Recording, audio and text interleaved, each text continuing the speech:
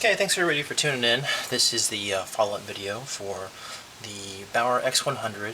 This is for the replaceable shield system. I've had about just about 3 games under my belt now with the helmet, and I just want to come back with some feedback, give you an idea of the good and the bad with the shield system. And as I said before, this system is I guess it would be considered the basic one. They also have a deluxe version. The only main difference is just that they had an additional anti-scratch coating on the actual lens itself. Sounds nice, but it was like extra 15 bucks. It didn't seem worth it to me.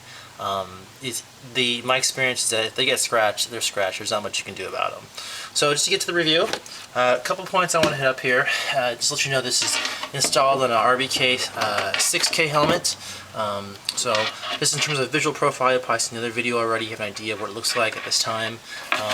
My very first impressions of the helmet, right when I start putting it on and wearing it in the game, I realized there's definitely a weight difference. Like for comparison, I did also have my old one, which I had the Bauer HS. So I think it's the HS22 Aviator. Big difference in terms of lightweight. Obviously, you don't have that top portion here you see on the X100, so it definitely adds a little bit of weight to the helmet, and it was noticeable during the games.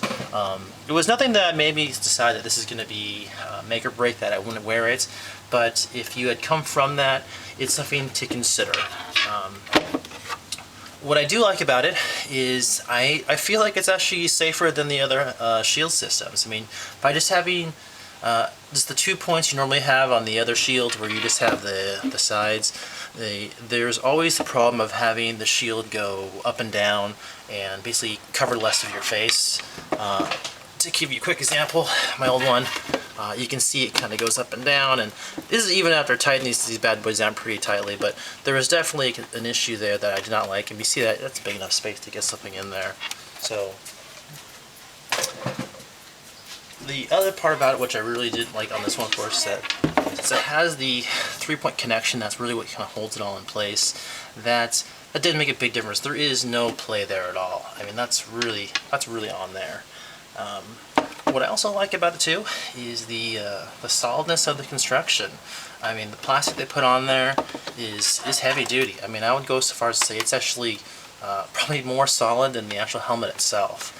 These components here, I don't feel like it's flimsy at all.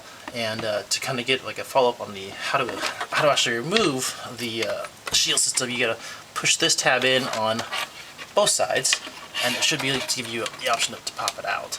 It doesn't come out easy, which is what you don't want actually, because I mean, I can imagine be concerned when you're out there, but you kind of get to torque it out there and do one at a time and work your way into it. So let's see if I can get this on the camera, the frame. So you can see it's kind of slide it out, and then once I can get it out at the same time, you should have that thing ready to remove.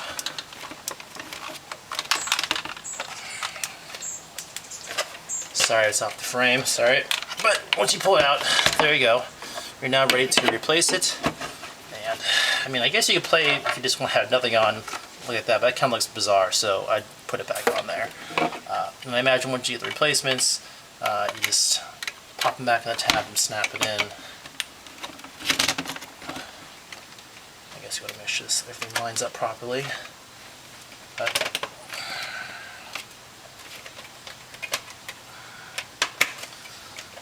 alright, see a nice click.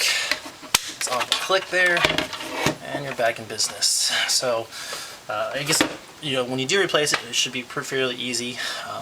I mean, the other impressions I had of the helmet, the visibility is excellent. I think I mentioned it when I first talked about it, and man, it looks great. I mean, when you're playing there, you barely even really notice it.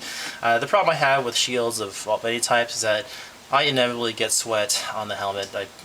I sweat just about as much as anybody else would out there, and it definitely does go down on there. The other issue is definitely the heat issue. People talked about how it's kind of like a fishbowl style. There's definitely the possibility here where you can get there's just doesn't seem to be enough venting. I mean, maybe it could be part of like the helmet itself, but having that plastic thing around your face, it feels like the heat is kind of sifted around your face. So there are times where I end up pulling the helmet up just a little bit to get a little more air going, and it's definitely something to consider.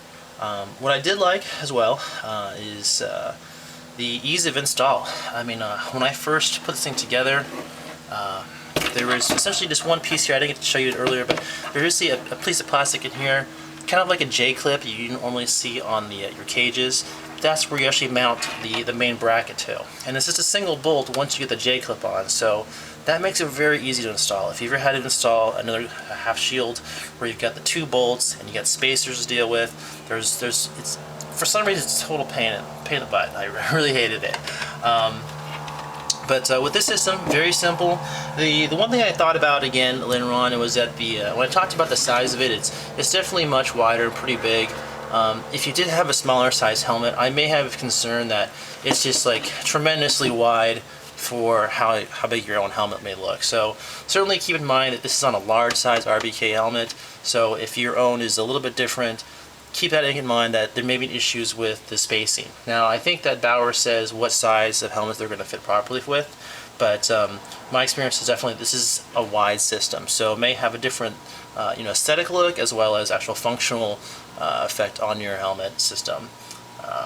I think that's about it. If there's any comments you guys have, please leave them there in the comment section. Hopefully this will help you out with your next purchase.